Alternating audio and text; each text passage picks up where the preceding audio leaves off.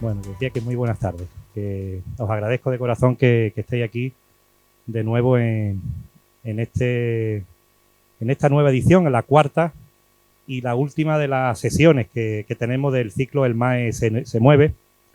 Y bueno, cuando organizábamos el ciclo con las propuestas que nos hacía Cristina Consuegra, siempre muy acertadas, pues nos proponía de cerrar este ciclo con una persona que todo el mundo conocéis, no vamos a presentarla, Eduardo Madina. La verdad que es un lujo tener hoy aquí a Eduardo y la verdad que estamos muy contentos de cerrar este ciclo con una persona de su talla, de su talante y una persona que yo creo que lo mejor que podemos decir de ella, por lo menos a mi forma de ver, una persona que ha luchado por las libertades en este país y que, bueno, y que gracias a eso, a personas como él, pues hoy en España podemos estar viviendo, yo diría que bien, gracias a ese trabajo que él, desde su posición, desde la política, hoy fuera de la política, pues viene reivindicando pues la libertad y es lo que se puede decir de su trayectoria, yo creo que con más firmeza. Y ahí vamos a hablar hoy de la clausura de democracia y educación. Cristina siempre saca lo mejor de las personas que nos visitan y yo creo que lo que estamos deseando de escuchar este diálogo entre Cristina y Eduardo y vamos a comenzar ya. Yo quiero agradecer la presencia de mis compañeras de corporación, de Susana, de Patricia Alba, por supuesto también de los asesores del MAE que están aquí, como Carlos Amillán, Antonio Santiago, bueno, y una serie de amigos que suelen coincidir siempre en este tipo de eventos y que les estoy muy agradecido por estar aquí presente. Muchas gracias y vamos a disfrutar de este diálogo. Tendréis oportunidad de hacer todas las preguntas que queráis. Ya Cristina irá moderando el debate. Venga.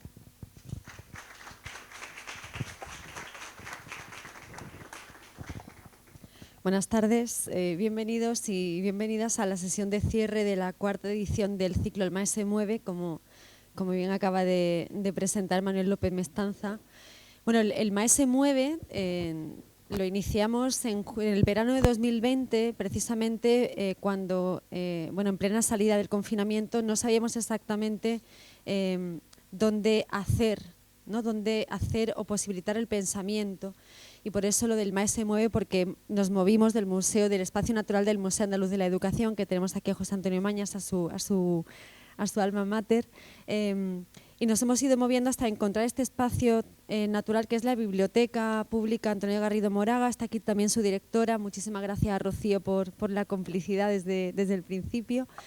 Y esta edición es una prolongación también natural de la que ya iniciáramos en la tercera, en la que nos dimos cuenta que la democracia necesita ser pensada con bastante urgencia y con bastante profundidad.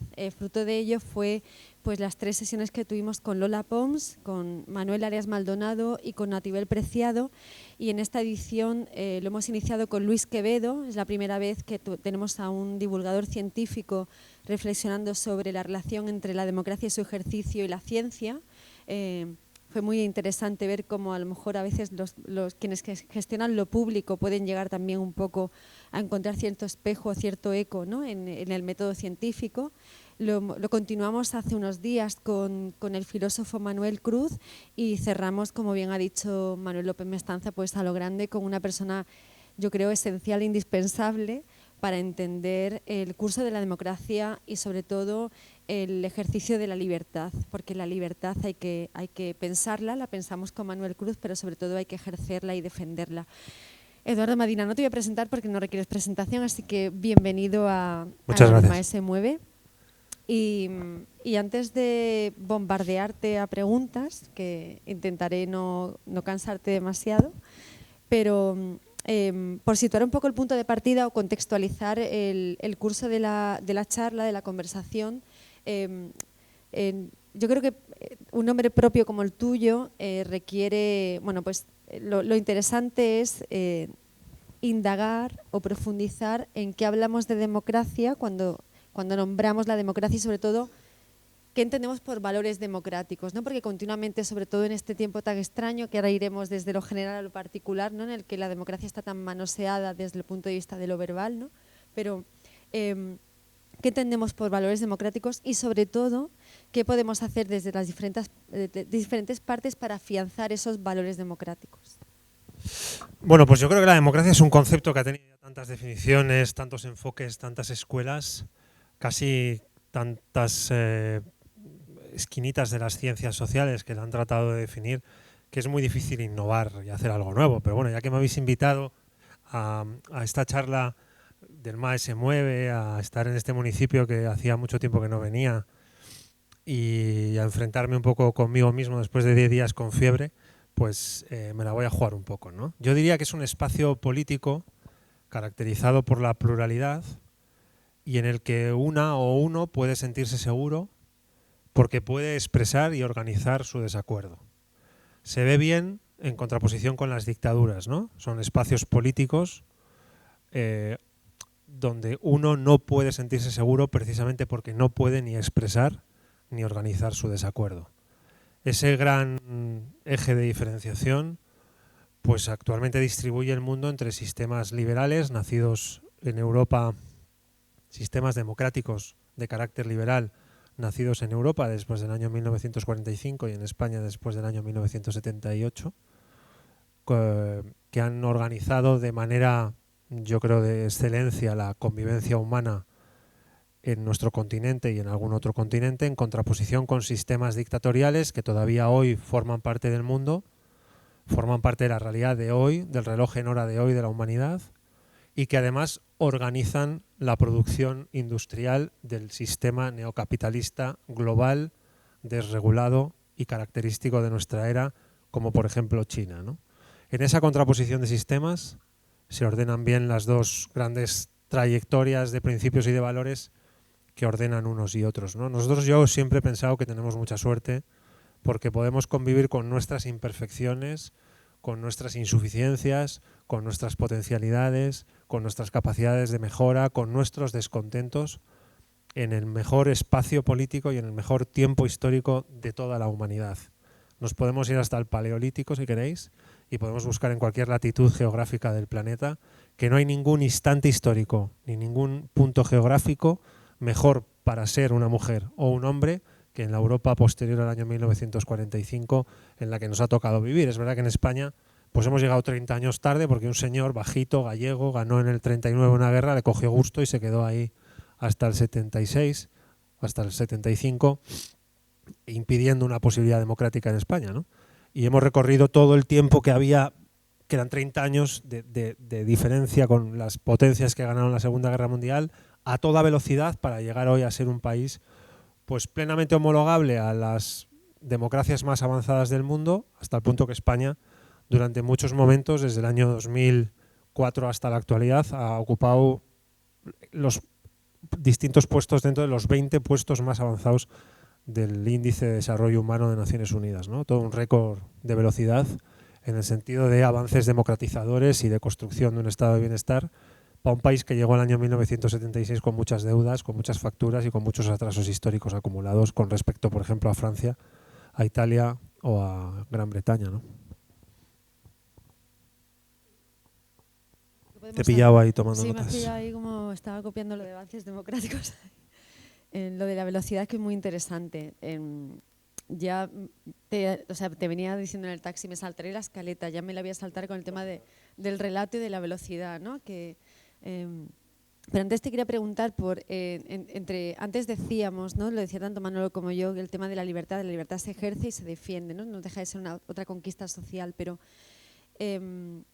ahora que tenemos claro lo que es un marco democrático, ¿no? ¿Qué puede definir, cuáles son los principales valores democráticos y cómo se pueden afianzar? Porque estamos en un momento tan extraño en el que estamos asumiendo con naturalidad el retroceso en conquistas sociales que son esenciales, ¿no? Lo hablábamos antes, por ejemplo, en materia feminista, ¿no?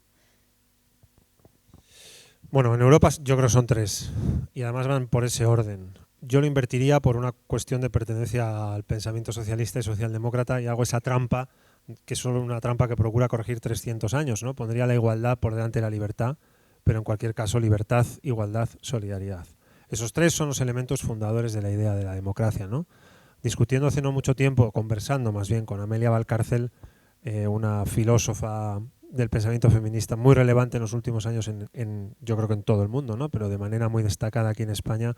Decíamos, Europa en realidad se construye sobre 4 grandes pensadores, ¿no? Casi que sobre su obra se puede ver los pilares de sujeción de los sistemas democráticos en Europa. Casi que Locke da toda la materia con la que se construye y permea en las sociedades europeas y en los sistemas constitucionales europeos el ideal humano de la libertad. De Marx podemos extraer el ideal humano de la igualdad. La gran idea surgida de las fábricas de Manchester a mediados del siglo XIX y que sigue viva hoy en la idea de que todas las mujeres y los hombres aspiramos a patrones compartidos en el ámbito del derecho en la idea de la igualdad, ¿no? La idea de la seguridad en Hobbes y en su idea del Leviatán. Los estados producen seguridad a partir de algo que los seres humanos hacemos en Europa y es le transferimos el monopolio en el uso de la violencia al Estado para no matarnos entre nosotros, que es lo que hemos venido haciendo durante siglos y milenios hasta la instalación dentro de la humanidad de estos modelos democráticos, ¿no? Y en Kant la idea de paz perpetua, paz entre estados. Así que paz, igualdad, libertad, solidaridad sobre esos 4 grandes ideólogos, 4 grandes pensadores, 4 grandes filósofos europeos que construyen esta posibilidad democrática europea después de los grandes abismos del siglo XX, ¿no? Yo creo que esa es una idea hoy que tiene 2 grandes amenazas en el horizonte, sin caer muy rápido en las mayúsculas, que no son formas de escribir muy recomendables, ¿no? Sobre todo cuando te metes, bueno, pues en asuntos como el que me sugieres en la pregunta, ¿no? La primera es que seguramente estamos entrando en la década más importante de la historia de Europa desde el surgimiento de las primeras industrias y la máquina de vapor a mediados del siglo XIX en Gran Bretaña. Por múltiples razones. La primera, porque si aquella revolución tecnológica cambió para siempre el recorrido, la forma, el volumen y la intensidad de la historia de la humanidad, la corrigió, la cambió, modificó todas sus trayectorias, cambió para siempre el recorrido de la historia de la humanidad y sacó del ostracismo a un continente que, aunque desde el siglo XVI venía jugando un cierto papel en el campo de las ideas y en la internacionalización de la idea, sobre todo en el continente latinoamericano, los grandes protagonistas económicos del mundo habían estado siempre en Asia desde el origen de la humanidad. Desde los imperios asiáticos a los que les habíamos prestado muy poca atención, con una visión muy eurocéntrica, y le dio todo el volumen de protagonismo en la producción de historia, al continente europeo. Para lo bueno, que es mucho, y para lo malo, que con el siglo XX que tuvimos no es poco. Esta revolución tecnológica en la que estamos ha entrado en la década de la verdad, que es esta en la que hemos entrado, en la de los años 20, de los años 20 a los años 30, porque todas las transiciones que ya venían apuntadas, transiciones comerciales, transiciones poblacionales, transiciones tecnológicas, transiciones industriales, transiciones geopolíticas, se van a completar en el año 2030. Los grandes organismos multilaterales, Banco Mundial, OCDE, Naciones Unidas, han publicado múltiples informes donde consideran más que probado y más que probable que las trayectorias de población, de comercio y de economía van a generar un mapa donde el eje del mundo en el año 2030 va a ser 100% el Océano Pacífico, que es el océano que más a desmano nos pilla de todos los océanos que hay en el mundo, tanto a nuestro país, España, como a nuestro continente, Europa. En el año 2030 se habrán completado la salida de 2.400 millones de seres humanos. Repito, España tiene 48 millones de habitantes. 2.400 millones de seres humanos habrán salido de lo que consideramos pobreza técnica a lo que los economistas europeos denominan clases medias. Será la mayor revolución en las estructuras de rentas de la historia de la humanidad, en el área de Asia, India y Sudeste Asiático. No quedará ni un solo país europeo dentro del G8, ni uno solo. Habrá un nuevo G8, las 8 grandes potencias de decisión, en el ámbito geopolítico, político, institucional, comercial, de reglas comerciales y ordenación de reglas comerciales del mundo, etcétera, que no será ninguno un país europeo. Y el 60% del conjunto del crecimiento económico mundial estará concentrado en Asia, tanto en China como en India como en Sudeste Asiático. Las dos grandes potencias en investigación de tecnologías avanzadas serán Estados Unidos y China. Por cierto, en el orden contrario, China la primera. Y la gran potencia militar del mundo seguirá siendo ¿quién es? Estados Unidos. Por tanto, las democracias europeas no están, vamos a decir, puestas en cuestión por un partido nacionalista en Cataluña, por un partido nacionalista en el País Vasco o por un partido muy gritón de carácter nacional y de extrema derecha en el Congreso de los Diputados. Que también, porque molestan mucho, impiden centrar el debate, focalizar el debate, alcanzar grandes pactos de Estado y una mirada madura para una España madura para la próxima década, que como digo, creo yo que es la época de la verdad y la década de la verdad. Están porque están jugando las grandes transiciones de las grandes corrientes globales concretándose en esta década. Por tanto, de la misma manera que hemos visto tambalearse por corrientes geopolíticas globales, democracias en Reino Unido, en Estados Unidos, en Escocia, en Italia, posibles partidos más que de extrema derecha entrando en segunda vuelta casi seguro en las elecciones presidenciales de Francia, corrientes que han llenado de populismo, envenenando, yo creo con bastante éxito, la rosa y la flor democrática europea. Esas son realmente las que tienen la capacidad de poner contra las cuerdas los sistemas democráticos que han sido, vamos a decir, la clave en la que o con la que las sociedades europeas se han organizado desde el año 1945 hasta la actualidad. Por tanto, diría que esos son los principales valores, conviene no perderlos de vista ante la gran batalla, que es la hora de la verdad, que se está jugando en esta década tan relevante para la historia de nuestro país y para la historia de Europa. Ahora sí ya me salto la escaleta. Efectivamente, o sea, la gran amenaza que tenemos encima es bueno, el eje China-Rusia, ¿no? También, porque Rusia tampoco hay que olvidarla, que es un poco el brazo armado, ¿no? de China. El otro día había una tribuna muy interesante en El País de Esther Paniagua sobre que defender los valores democráticos frente a la amenaza de la economía de datos, ¿no? que es algo que como no se cuenta muy bien, tampoco sabemos exactamente, ¿no? Cuando aceptamos unas cookies o cuando aceptamos meternos en un medio o en una web que aceptamos efectivamente pues el dar nuestra información, estamos contribuyendo a una economía que comienza a ser muy potente y comienza a ser bastante perversa. El otro día ella apostaba por la necesidad, junto con la filósofa también Carissa Vélez, creo que estoy diciendo bien el correcto, ¿verdad? Una chica mexicana muy, muy joven que trabaja en la Universidad de Oxford, y ambas señalaban, digamos, en la misma dirección, que era la necesidad muy urgente de que Estados Unidos y Europa dejaran un poco al margen las diferencias económicas, porque es lo que, digamos, tenemos muy claro, yo creo, ambos países, que hay unos valores no tangibles, ¿no? Es decir, no tangibles en el sentido de que es la poética de la democracia, que tenemos muy claro, yo creo que es que hay que cumplir. En Europa están mucho más arraigados y son mucho más sólidos que en Estados Unidos, pero apostaban por la unión y sobre todo por la regulación frente a, bueno, pues, a esta economía tan perversa, tan deformada, que efectivamente lo primero que hace es atacar los valores esenciales de su ciudadanía, pero también de la nuestra, porque creemos que es algo que solamente les está afectando a ellos, porque está muy lejos, porque además son cuestiones que en ocasiones no se están contando correctamente, porque la política doméstica tan chusca, ¿no? Esta del grito, de la bandera, de lo territorial, está haciendo que nos despistemos o que perdamos de vista lo realmente importante y que además nos está dejando sin margen de maniobra. Entonces te pregunto, ¿tú consideras que puede ser posible el que tanto Estados Unidos como Europa apuesten para defender los valores democráticos esenciales? O sea, esto es muy importante, el que se unan para bueno, forzar una regulación de esta economía de datos. ¿Y qué puede hacer Europa? Porque aquí recuerdo que Manuel Arias Maldonado soltó un titular muy interesante que dijo: Europa es un geriátrico.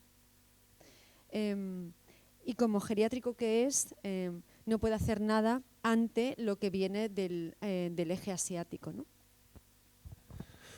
Bueno, yo creo que tenemos un derecho, una forma de hacer legislación que es el producto de 500 años de lucha, de movimientos sociales, sindicatos, movimiento obrero, mujeres, colectivos de todo tipo, para alcanzar el techo más alto en legislación de carácter cívica humanista que ha alcanzado nunca la historia de la humanidad en ningún otro continente, en ningún otro país, en ningún otro sistema, en ningún otro momento. Y sin embargo la tecnología ha dejado algo viejo el contorno de nuestro derecho, ¿no? Porque es el derecho que nace de sociedades que se organizan con una estructura económica mayoritariamente industrial.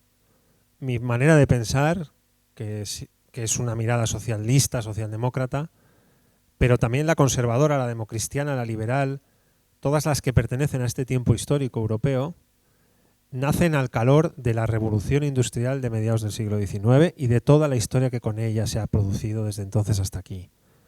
Hoy estamos viviendo seguramente ya la segunda fase más avanzada de una nueva revolución tecnológica digital. Decía la socialdemocracia, vivió sus momentos esplendores en época industrial, sufrió mucho en una economía en transición hacia un ámbito financiero, está por ver cómo funciona y cuánto de eficaz es en una economía digital. Porque el derecho está pensado para ser corpóreo, necesita de un cuerpo, una mujer o un hombre, un ser humano. A partir de eso se establece todo un edificio jurídico que ordena la convivencia en las sociedades democráticas. La revolución digital es incorpórea, descorporiza nuestras realidades. A veces pensamos que cuando buscamos en Google estamos buscando gratis en Google. Es Google quien busca gratis a través de nosotros, porque vende nuestro comportamiento de búsqueda, como Amazon vende nuestro comportamiento de compra, como otras compañías venden nuestro comportamiento de visionado. Nosotros somos el producto. No hay nada gratis. Nosotros somos gratis para ellos. Claro, generamos la información con la cual ellos venden y hacen un modelo de negocio. Por tanto, el derecho europeo, y este es uno de los grandes debates que a mí me gustaría que discutieran menos de algunas cosas que discuten en política nacional, y me gustaría que discutir, como ciudadano lo digo, como ciudadano jubilado de la política, etcétera, desde hace ya 4 años, y que no tiene crítica alguna que hacer a nadie. La hago en general. Digo que me gustaría que discutieran menos de algunas cosas indiscutibles y discutieran más de algunas cosas discutibles. Como por ejemplo, ¿España puede tener algún día una constitución digital? ¿Somos capaces de aterrizar nuestros derechos y nuestras obligaciones de la economía digital en el campo del derecho? Italia lo está discutiendo, el Parlamento lo está discutiendo, los países nórdicos lo están discutiendo, tienen comisiones, ponencias, leyes abiertas en sus congresos de los diputados, en su equivalente. Aquí no lo estamos discutiendo. Y sin embargo, lo siento mucho, lo tenemos que discutir. Porque cuando llegue la tercera y la cuarta fase, que son las de la inteligencia artificial y de la robótica, hay amenazas en el medio y en el largo plazo que son posibles instrumentos por primera vez en la historia de la humanidad sustitutivos de nuestra fuerza del trabajo, lo que nuestro amigo Marx diría que es la principal fuerza productora y generadora de riqueza, los seres humanos. Si somos sustituibles desde el punto de vista del empleo, la pregunta es ¿qué nos queda? Por tanto, este es el gran debate de la década. ¿Qué va a ser o cuál va a ser el rol de Europa en un contexto global de transiciones derivadas, concentradas y orientadas hacia un océano tan adesmano como es el Pacífico?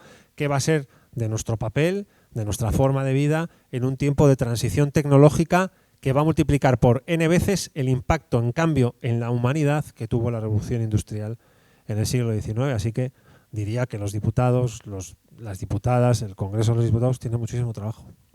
¿Y esa alianza la ves posible entre Estados Unidos y Europa? La veo completamente necesaria. Sé que hay quien comprende que como China va ganando, es China la aliada, y yo solo digo que espero morirme algún día dentro de muchos años sin ver a China de aliada de nada de Europa.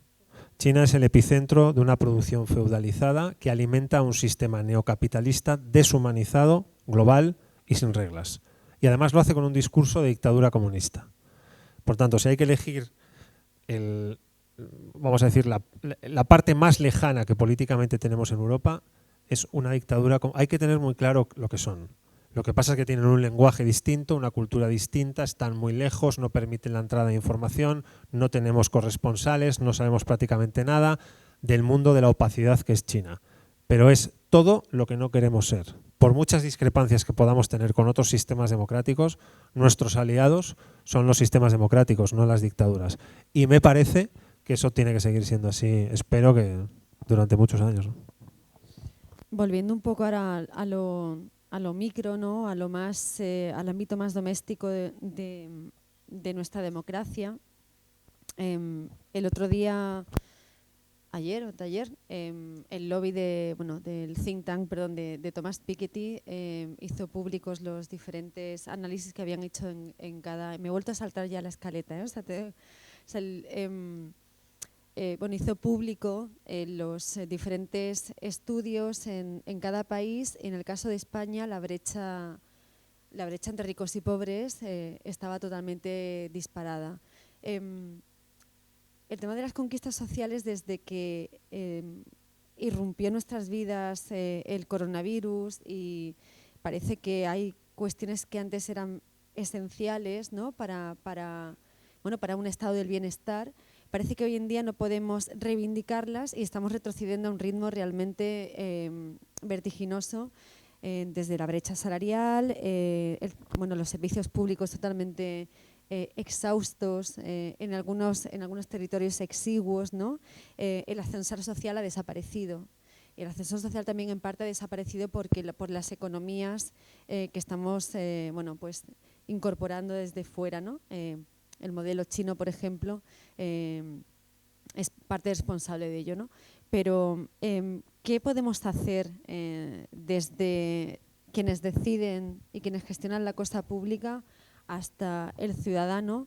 Que yo soy muy poco amiga de responsabilizar al ciudadano de casi todo, para que esas conquistas sociales, para que el estado del bienestar no se tambalee a la velocidad con la que se está tambaleando.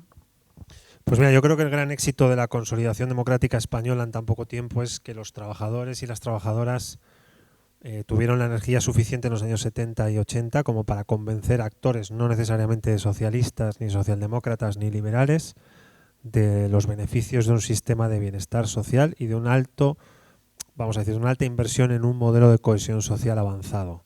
De tal manera que nuestro modelo social, en el año 96, era de los más avanzados del mundo, cuando habíamos llegado 30 años después que los países que habían ganado la guerra en el año 1945, ¿no? Y en contra de lo que algunos creen, la gran capacitación española nace de la preparación de lo que los economistas llaman nuestro capital humano, la gente de este país. A mi tribu ideológica le ha costado mucho sentirse cómodo con la palabra competitividad, pero nosotros necesitamos una economía que compita bien, es decir, generar condiciones, reglas y marcos para que la fuerza de trabajo de nuestra gente, las trabajadoras y los trabajadores, sea competitiva, para poder poner en valor lo que hace la gente que trabaja en este país, que es, si no me equivoco, y creo que no me equivoco, la principal fuerza productora de riqueza, el trabajo de la gente. Todavía no somos números, ni somos una economía 100% financiera, ni 100% digital, no trabajan las máquinas, trabaja la gente y la gente saca adelante un país. Por tanto, generemos condiciones para que lo que hacen compita bien en una economía interdependiente y competitiva, que es la que nos ha tocado vivir. En el otro lado, los partidos conservadores se han sentido un poco incómodos con el concepto de cohesión social.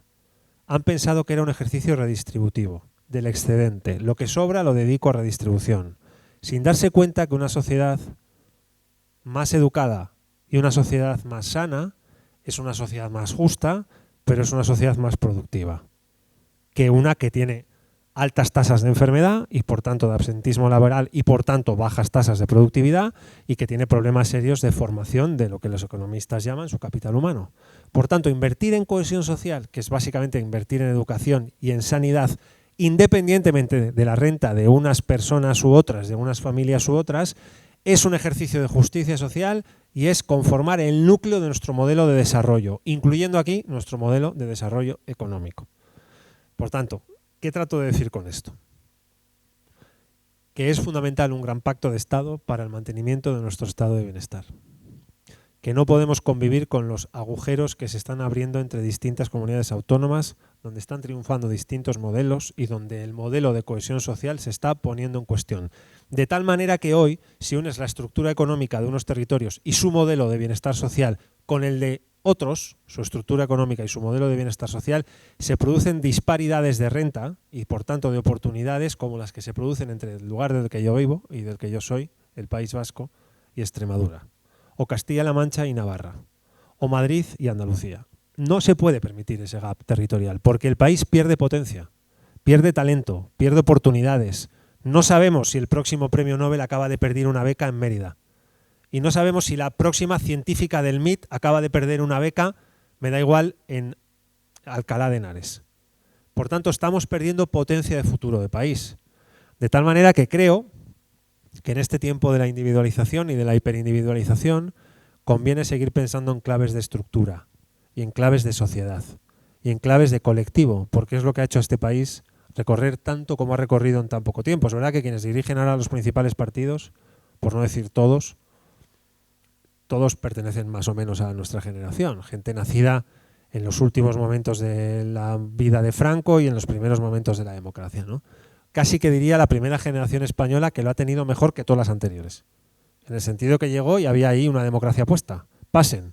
¿Ven cómo se llama esto? Se llama democracia. Esto no lo ha tenido nadie en España nunca. Por tanto, convendría cuidarla, porque su clave está exactamente ahí. ¿En qué sabemos hacer? ¿Cuánto de competitivo es aquello que sabemos hacer? ¿Y cuánto de cohesionados continuamos siendo en los próximos años y en las próximas décadas? Le escuché una vez decir a un ministro de Economía de Rajoy, con el que yo me llevaba, por algún azar que no entiendo, me llevaba muy bien, yo le caía bien a él y él a mí me hacía gracia y me lo encontraba en el Congreso y siempre me paraba y charlábamos un rato y me decía, ustedes los de izquierdas están obsesionados con la igualdad, yo no he visto nunca a nadie morirse de desigualdad, me decía. Y yo decía, pues estúdiate la historia porque todos los países mueren siempre por el mismo sitio. Las democracias mueren por la desigualdad. La historia de Europa y de todos sus grandes abismos son abismos de desigualdad, hundimientos de desigualdad. Una persona no muere, mueren millones, países enteros. Por tanto, es un elemento de sostenibilidad democrática desde mi punto de vista de primer nivel, ¿no? Has hablado de... Era Montoro, por si no... Has hablado de cohesión social, de que las democracias mueren efectivamente por la desigualdad. Bajemos la cámara, hagamos ahora un primer plano sobre la ciudadanía, que también tenemos ahí un gazpacho muy interesante, ¿no? Porque también hay muchísimo ruido. El ruido, bueno, ha llegado a... se ha colado por todas las fisuras. ¿Cómo podemos lograr convencer? Efectivamente, yo creo que, bueno, desde el momento en el que el trabajador o la trabajadora detecta que hay unas desigualdades territoriales que comienzan a afectar en su día a día, ¿no? Con servicios públicos que son asimétricos, que son desiguales y que están deteriorados y que son exiguos en según qué territorios, comienzan a, bueno, este término que a mí no me gusta mucho, que es la desafección política, ¿no? Y ya no es tanto la desafección política como coquetear y votar a partidos que son fascistas, es decir, que vienen o han venido a cargarse los valores democráticos. Entonces, a mí algo que me parece muy urgente y muy complicado al mismo tiempo es cómo hacemos para lograr recuperar a ese ciudadano que se ha ido, que decide, un trabajador que decide votar a alguien que está atentando contra su propio bienestar. Es decir, y cómo lo convencemos para que nos situemos ambos en un círculo del diálogo. Pues mira, yo creo que esta es la gran pregunta europea de hoy, porque hoy la democracia está amenazada precisamente por ahí, ¿no? Marx, de nuevo, perdón por citarle tanto, pero está muy a mano en estos temas, siempre hablaba de la existencia de una superestructura económica. Es verdad que hacía trampas, porque no es la única, ¿no? Pero una estructura tecnológico-económica determinante de todos los procesos de cambio y de todas las características de la organización de los seres humanos, ¿no? Bueno, algo de razón tenía, porque yo diría que hay un elemento fundamental que es común, que son las amenazas de un cambio de época, todas ellas de carácter tecnológico y económico, que son las que describen, las grandes descriptoras del tiempo que nos ha tocado vivir, ¿no? Yo creo que es fundamental un pacto para la reeuropeización de la producción. Sé lo que acabo de decir, soy consciente de la bilbainada que acabo de soltar pero es fundamental un pacto a escala europea para la reeuropeización de la producción estratégica. Dicen los economistas que la cadena productiva se ha globalizado, porque les da miedo decir que se ha chinificado. China es la gran fábrica esclavizadora de producción de un sistema global, desregulado, altamente contaminante, por lo amplia que permite nuestras capacidades de compra a estos precios con sus capacidades de producción a esos salarios. $80 al mes, 12 horas de trabajo, sin derechos, sin sindicatos, sin voz, sin posibilidad de contestar, ni de ordenar el descontento, ni de organizar el descontento. Ese es el sistema comunista de una dictadura china. La gran producción del sistema neocapitalista globalizado de consumo altamente contaminante y disparatado. Las vulnerabilidades son relevantes. Hemos visto aterrizar un avión con ayuda humanitaria en el aeropuerto de Roma procedente de Pekín en la pandemia. Los aviones de ayuda humanitaria normalmente despegaban de Europa y aterrizaban en otros continentes. Ahora aterrizan en Europa porque nos hemos vuelto vulnerables desde el punto de vista de la producción estratégica en aspectos tan fundamentales como, por ejemplo, la lucha contra una pandemia, o los sistemas de vigilancia, o aspectos fundamentales de nuestros sistemas de información, o aspectos fundamentales de nuestros sistemas de defensa, o aspectos fundamentales de nuestra conectividad, o de nuestra organización en algunos ámbitos estratégicos digitales. Por tanto, es la hora de un pacto europeo para reeuropeizar la producción estratégica. Supongo que a los jefes de Estado y de Gobierno no se les escapa esto, sé que se está discutiendo, sé que no es fácil, sé que es una cuestión de rentabilidades de compañías, sé que afecta en términos geopolíticos, es polisémico y complejísimo, pero Europa se la juega ahí. Ahí. No podemos seguir dependiendo de la producción de un continente marcado claramente por una dictadura política como es la de China, que nos hace vulnerables ante estructuras fundamentales y determinantes del funcionamiento de nuestra economía. Yo creo que esta es la primera gran pelea del tiempo que nos ha tocado vivir, que es, en fin, de todo menos sencillo, ¿no? Bueno, hemos hablado de políticos, de gestionar lo público, de la ciudadanía, de modelos económicos.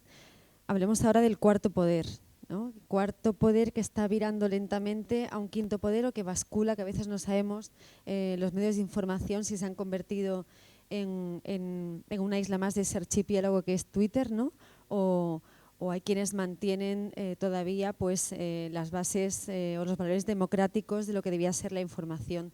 ¿Qué responsabilidad tienen, tú que además pues otra de tus patas de líneas de trabajo, horizontes de trabajo, dimensión profesional, es la comunicación o la divulgación, ¿no? de la democracia, de la política?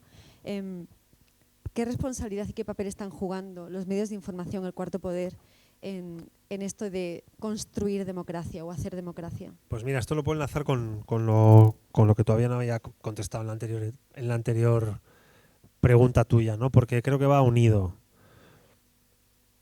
Convendría también, creo, así también lo digo como ciudadano una vez más, y aquí los medios de comunicación juegan un papel muy importante, que en las democracias europeas y en la nuestra, sobre todo en el ámbito de las políticas nacionales y de nuestra política nacional, se volvieran a juntar los significantes y los significados. Es decir, que las palabras tuvieran algo que ver con aquello que significan. Por ejemplo, si uno dice que viene el fascismo, por favor, que venga el fascismo. Que viene el comunismo, que venga el comunismo. Porque, claro, si tú llamas a votar porque viene el fascismo y al día siguiente de perder te vas a tu casa, tanto fascismo no venía. Porque el fascismo es una cosa muy gorda. En España y en Europa tiene un significado terrible. Por tanto, si tú dices que viene el fascismo, que venga el fascismo de verdad. Y si en el otro lado dicen que viene el comunismo, que entre Stalin por la puerta. Y si no, modula el lenguaje. Porque a base de prostituir los significados de las palabras terminan por no significar absolutamente nada. Segundo elemento, yo me contradije mucho en política. Me tocó decir cosas que 1 año o 2 años antes había dicho lo contrario. Alguna que la reconozco hoy como un grave error de análisis, que tenía que ver con política antiterrorista, por ejemplo, con la ley de partidos, y dije cosas que el tiempo me enseñó que me había equivocado, rectifiqué y punto. No es fácil, porque a veces me tocó salir a defender cosas que yo sabía que había dicho una vez en una rueda de prensa, algo 6 meses antes, algún periodista me pilla seguro y salía, con perdón de la palabra, acojonado. Ahora se contradicen, iba a decir con lo de la semana pasada, no, con lo de ayer, incluso con lo del día. Entonces, si la fecha de caducidad de las cosas que dices dura un día, no le puedes pedir a nadie que su fe política dure 4 años. Por tanto, las palabras tienen que reconfigurarse con lo que significan, tienen que volver a llevarse bien con lo que significan y tienen que durar un poco. Tienen que durar un poco. No puede haber tanta contradicción. Hay que convivir de manera un poco más incómoda con la contradicción, porque en política no hay nada más que palabras. Las palabras construyen, tienen el lenguaje, tiene capacidad performativa, ¿no? Produce realidad. No solo la comenta, la produce. Cómo describo las cosas, cómo una sociedad consensúa la descripción de las cosas, produce las cosas. Cómo llamamos a las cosas. No es lo mismo que le llamemos violencia doméstica, una cosa aislada que se pasa dentro, que violencia asesina machista. Si decimos asesinos machistas, no estamos diciendo problemas domésticos, ¿verdad? Bueno, pues esto es clave. El lenguaje en política es clave porque ordena la conversación de un país. Es performativo, produce realidad. Por tanto, hay que tener un enorme cuidado con las palabras. Y esto es el principal instrumento que una sociedad democrática tiene para combatir el fascismo, para combatir el populismo, para combatir a los Le Pen, combatir a los Zemmour, combatir este tipo de fenómenos que básicamente, a por lo que vienen, es a por la democracia. Porque están incómodos en ella. ¿Con qué están incómodos? Con que haya gente que cree en un Dios distinto. Es muy complicado en Europa esto de los dioses, porque la historia de Europa es sangre al lado de la idea de patria y de Dios. Dos sustantivos chorreando sangre desde ni se sabe cuándo, ¿no? Dioses, complicado. El mío es el único que vale. Lo de los demás no merecen nada. Colores de piel. Esto de los negros, esto de los chinos, esto de los... Ideas políticas distintas, sentimientos identitarios distintos, orientaciones sexuales. Anda que no ha traído esto siglos y siglos, por no decir milenios de combate, para que todas las orientaciones sexuales sean iguales en el campo del derecho, y en el campo de la cultura de una sociedad. Modelos de familia, creencias. Eso es la pluralidad, casi que diría que es lo único sagrado de esta sociedad. Pues vienen a por eso, porque la mitad del país les sobra. Les sobran dioses, les sobran colores de piel, les sobran lenguas, les sobran orientaciones sexuales, les sobran modelos de familia. ¿Qué quieren? Un país a su imagen y semejanza. Quieren que quepa todo aquello que se les parece. Quieren una mirada particular, la que ellos tienen, elevar la categoría de total. Esto es común en Zemmour, esto es común en Le Pen, esto es común en todos los modelos de extrema por un lado y extrema por el otro, formas de populismo que están recorriendo Europa hoy en día. Por tanto, a por lo que vienen es básicamente a por el pilar nuclear de una democracia, nuestra pluralidad, que aquí caben muchas formas de vida organizadas en esta pluralidad, dan sentido a esto que somos, que es un país pues diverso y plural, donde la gente vive su vida con arreglo a aquello que considera que es su forma de vivirla, ¿no? Así que creo que empieza todo por el lenguaje. Por el lenguaje empieza prácticamente todo. Escuché una frase buenísima, y aquí es que me caliento con este tema, al tipo que dirigió la exposición rotatoria de Auschwitz por las capitales europeas. Materiales originales de Auschwitz recorriendo las principales capitales de toda Europa justo antes de la pandemia, ¿no? Y dijo, en la presentación en Madrid, dijo: Auschwitz no empezó con los guardianes, con las alambradas y con los barracones. No empezó con los hornos crematorios. Auschwitz empezó 30 años antes, 20 años antes, con las palabras. Las palabras construyeron Auschwitz. La señalización del judío, cuando tu vecino dejó de ser tu vecino y empezó a ser un judío, cuando empezó a ser el culpable de todo. Las palabras pronunciadas 20 años antes en las cerveceras de Múnich por aquella banda de los mayores asesinos de la historia, Hitler y su gentuza. En esas palabras se construyó Auschwitz. Por tanto, el lenguaje tiene la capacidad de construir realidades y producir historia, ¿no? Por tanto, yo creo que hay que cuidarla. En política hay que saber lo que uno dice, pero es mucho más importante saber de lo que uno habla. Bueno, ya es vuestro turno, porque yo tengo un montón de preguntas más, pero son las 8 menos 10 y seguro que tenéis o queréis preguntarle algo a Eduardo Madina. ¿Alguien del público? No os creo, o sea... Algo ligerito, así. Yo creo que sí que he escuchado la palabra democracia aquí, pues no sé cuántas veces habrá dicho, 100 veces ha podido decir, más o menos. Yo creo que en España no hay democracia.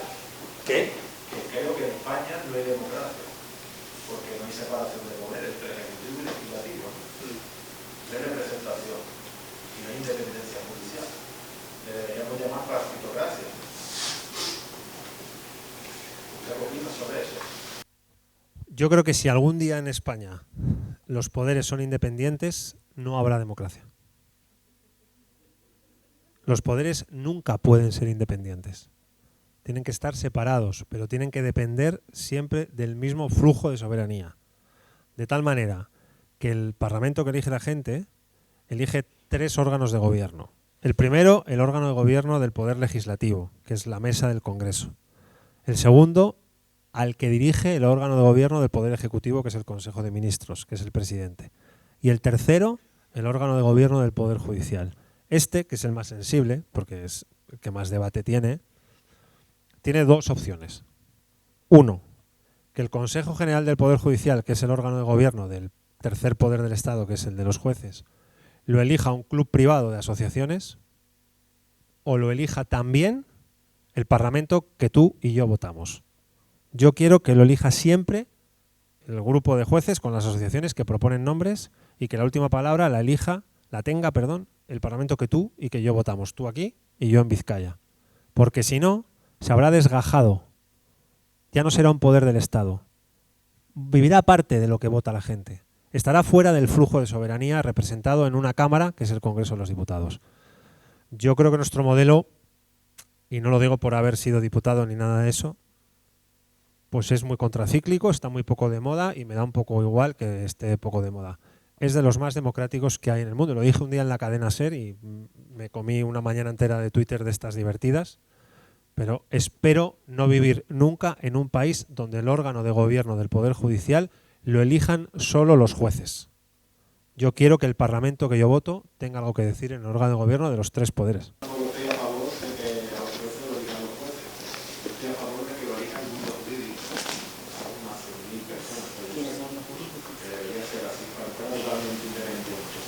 Si lo eligen los políticos y los jueces tienen que educar a los políticos, ahí vamos, ¿no? Sabemos lo que está pasando. No, pero los jueces que eligen... A ver, los jueces en España han metido en la cárcel a Rodrigo Rato, al sobrino del rey, a no me acuerdo cuántos consejeros, presidentes autonómicos que están metidos en la cárcel todos. Del gobierno de Aznar quedan 2, él y otro que no están en la cárcel, todos los demás están dentro.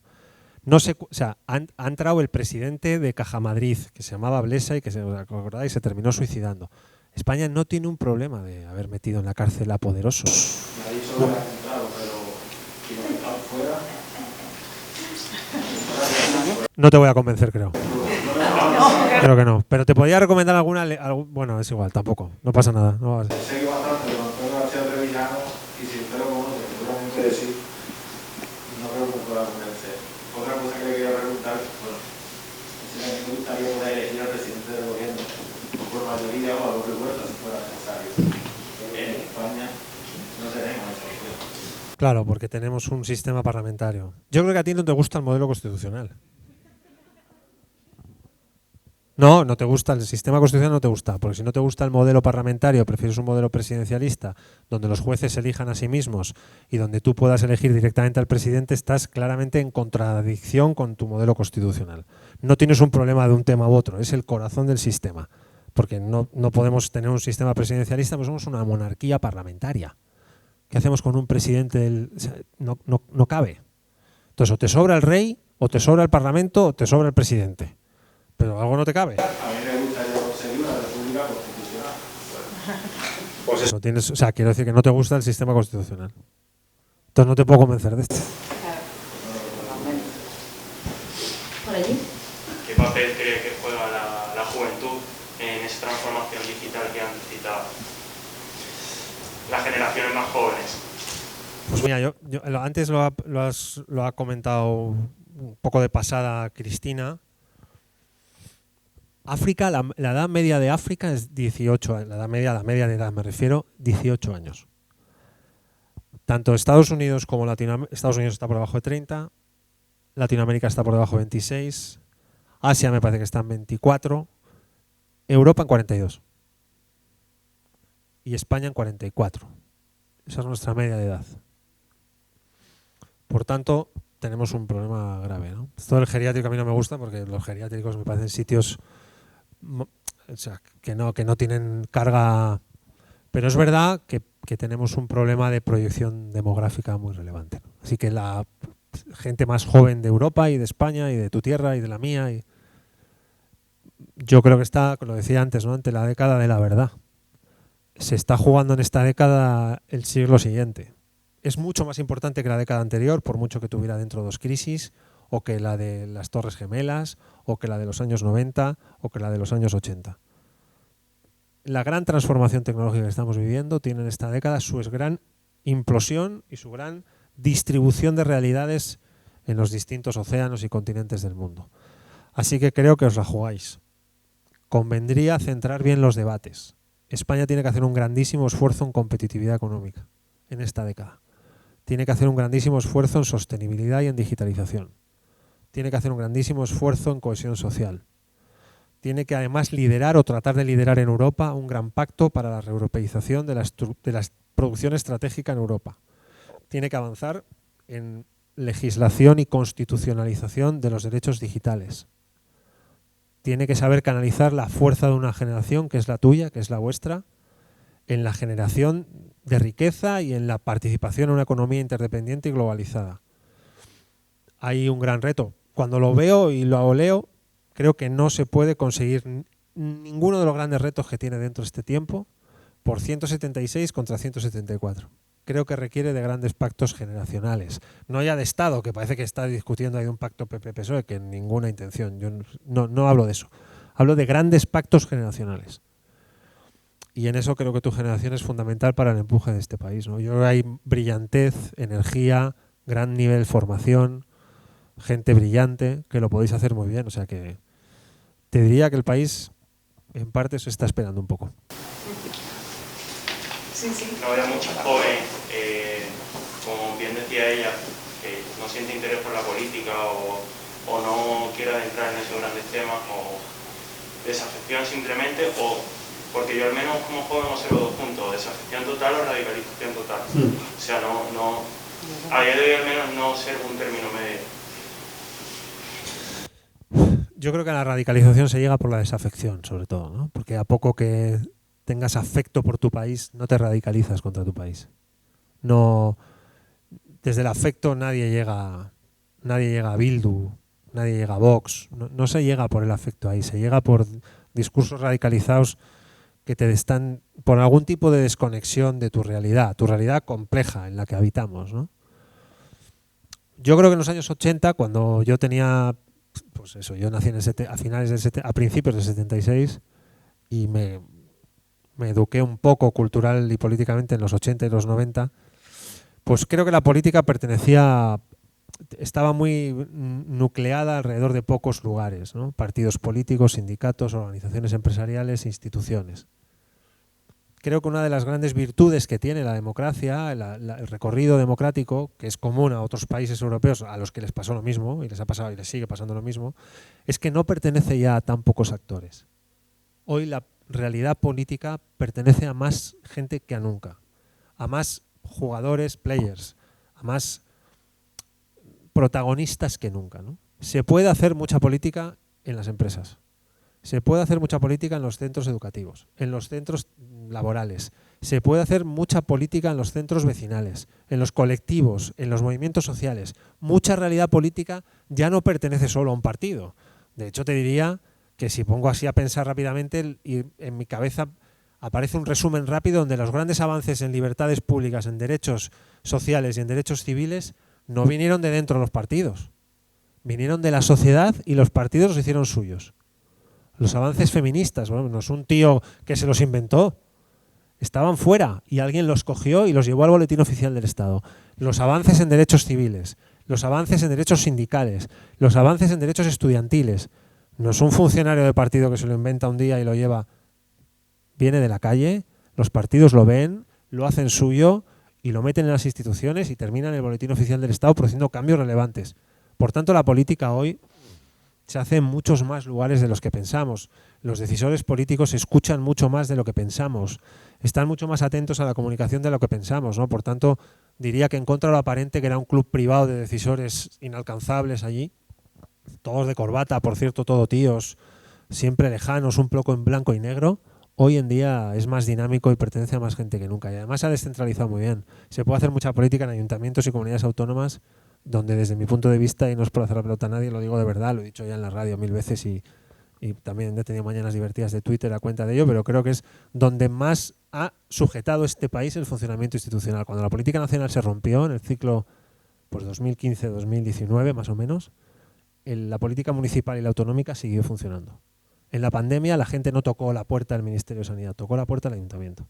Habló con su concejala, con su alcalde, con su alcaldesa. Como mucho se acercó a una reunión a la Diputación o a la Consejería. Ahí funcionó estabilizada una democracia que en política nacional se rompió. Se rompió. No era capaz el Parlamento ni de sacar adelante una investidura el presidente de gobierno. De esas que te gustarían a ti. No, el Parlamento se cerró un año entero. Un año cerrado. Con presupuestos prorrogados, sin debates del Estado-Nación, sin investidura, sin legislación. ¿Qué funcionó?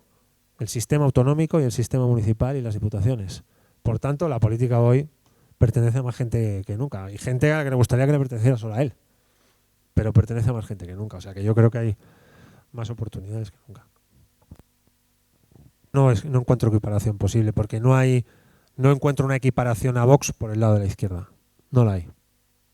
Como mucho en escalas muy locales y tal, pero que no son representativas. Bueno, yo, ya que estamos en un acto por el del museo, Eduardo, ¿qué opinas sobre esta inestabilidad en la legislación educativa? Pensamos todo que la educación es el pilar sobre el que se sustenta la libertad de la democracia. ¿Cómo ves la situación un poco del panorama educativo, de la legislación, de la formación de nuestros jóvenes? Bueno, pues lo fácil es decir que debería ser una ley estable desde hace 25 años y que estuviera convertido en un asunto de Estado y que no tuviera tanto vaivén legislativo, porque es verdad, ha sufrido demasiados vaivenes legislativos. Yo creo que proyectamos, como país me refiero, en la ley de educación, un problema y un par de ansiedades, ¿no? El problema es que es un sistema complejo, por descentralizado, y además en un lugar que es España, que tiene 4 lenguas oficiales, una oficial y otras 3 cooficiales. Por tanto, ahí aparecen problemas que se convierten en obstáculos insalvables junto a un tema que es el de la religión, que salta una y otra vez con la misma insistencia al debate legislativo desde Maraval a principios de los años 80 hasta aquí. Por tanto, mientras estemos todo el rato buscando, como una lengua buscando permanentemente un diente roto, los lugares en los que no tenemos acuerdo posible, seguiremos sin trabajar en aquellos lugares del debate educativo donde sí tenemos acuerdo posible. Por ejemplo, la educación 0-3 años. Ahí nace la bifurcación de la desigualdad.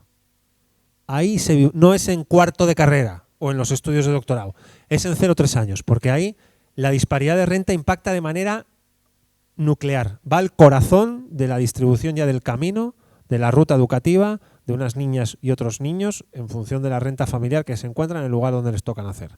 0-3 años. Otro tema, formación profesional. Formación profesional, yo pertenezco a esa generación que parece que era el que sacaba peores notas. De tal manera que hemos tenido gaps diferenciales de productividad serios con economías de alto nivel de formación profesional, como por ejemplo la de referencia, que es la alemana. Felipe González lo cuenta siempre. Cuando hablaba con Helmut Kohl le decía, ¿cuál es la clave? La formación profesional, coño, que no le prestáis atención. La formación profesional.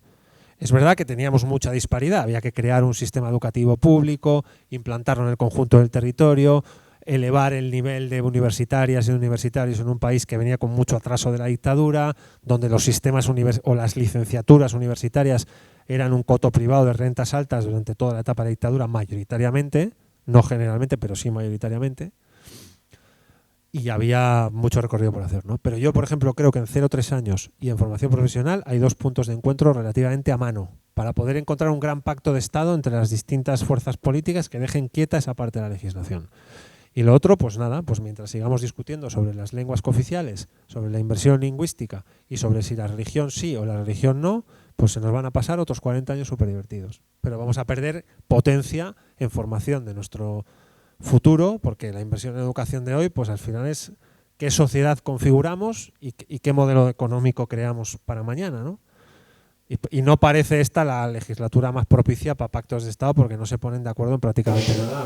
Al hilo de lo que decías antes de la competitividad, es decir, para ser competitivo en un mercado global necesitamos estar formados y muy formados en distintas cosas. Voy a terminar.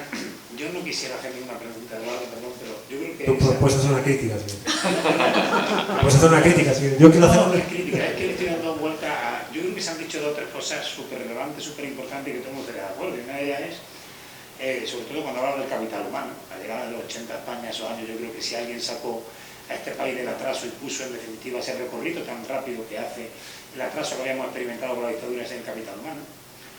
Pero yo digo, a ese capital humano que en ese momento es capaz de poner a España y de recuperar 30 años de atraso, ¿está verdaderamente la juventud y la población de la España de hoy con esos valores para enfrentarse otra vez y sacar de la nada ese atraso que podamos tener? Punto uno. Eso es lo que yo me pregunto. Los valores de esa España no son los valores de ahora. No es que sean distintos, no. Lo blanco es blanco y lo negro es negro. Los valores de esa España de los 80 no se parecen en nada a los de ahora, y creo que lo digo con los conocimientos de causa. Segunda cosa, yo creo que has dicho algo más que importante, es la delocalización de la industria en Europa, ¿no? Es decir, prácticamente Europa está buscando un fracaso. Yo me pregunto, ¿Europa es consciente, los gobernantes españoles son conscientes del potencial que ahora mismo tiene China? De ese potencial que tiene el continente asiático, ¿Europa verdaderamente es consciente? Y si es consciente, ¿tenemos políticos en Europa ahora mismo con esa capacidad y con esa altura de mira que exige enfrentarse a situaciones difíciles? Porque ver los toros desde la barrera lo ve todo el mundo. Eso es súper claro. Y por último, a mí hay algo que me aterrará siempre en la historia. Yo soy un aprendiz de la historia, y son los populismos. Los populismos yo creo que son lo peor que nos podemos encontrar.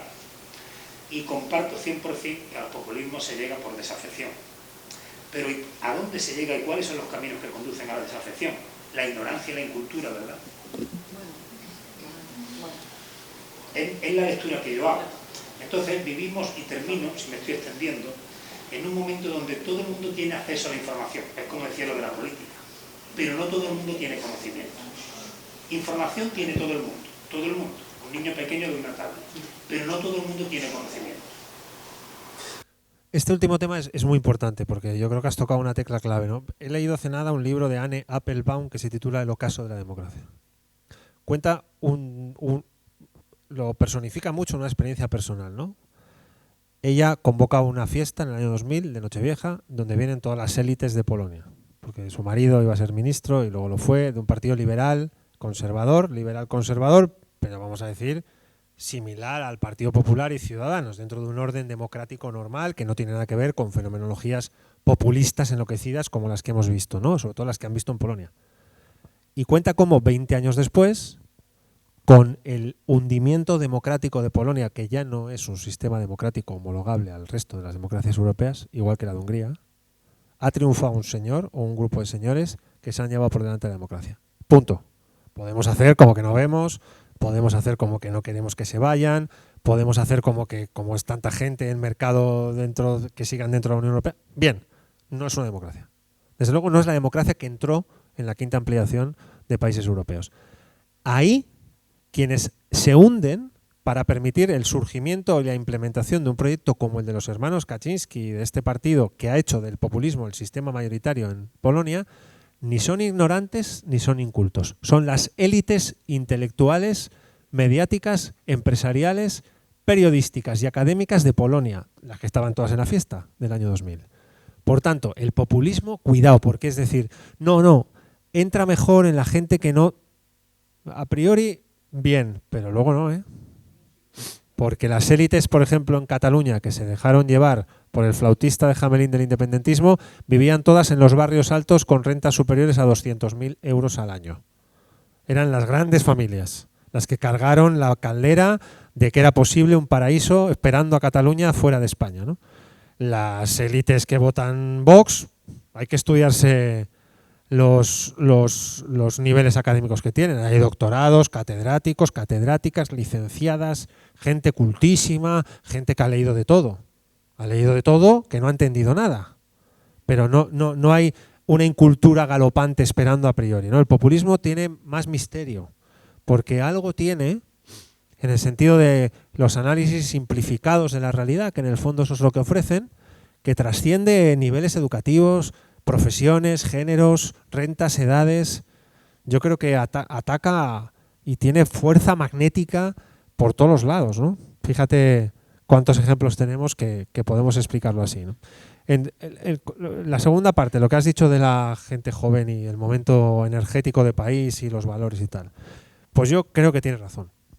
Porque creo que la construcción de país de los años 70, mi generación no la ha sabido entender. He discutido sin parar con todos, con Pablo Iglesias, con Íñigo Rejón, con los dirigentes actuales del partido al que pertenezco, con dirigentes nacionalistas, con gente de partidos que ni os imagináis, porque yo creo que el gran esfuerzo del año 1978 tiene que ser puesto en valor por mi generación.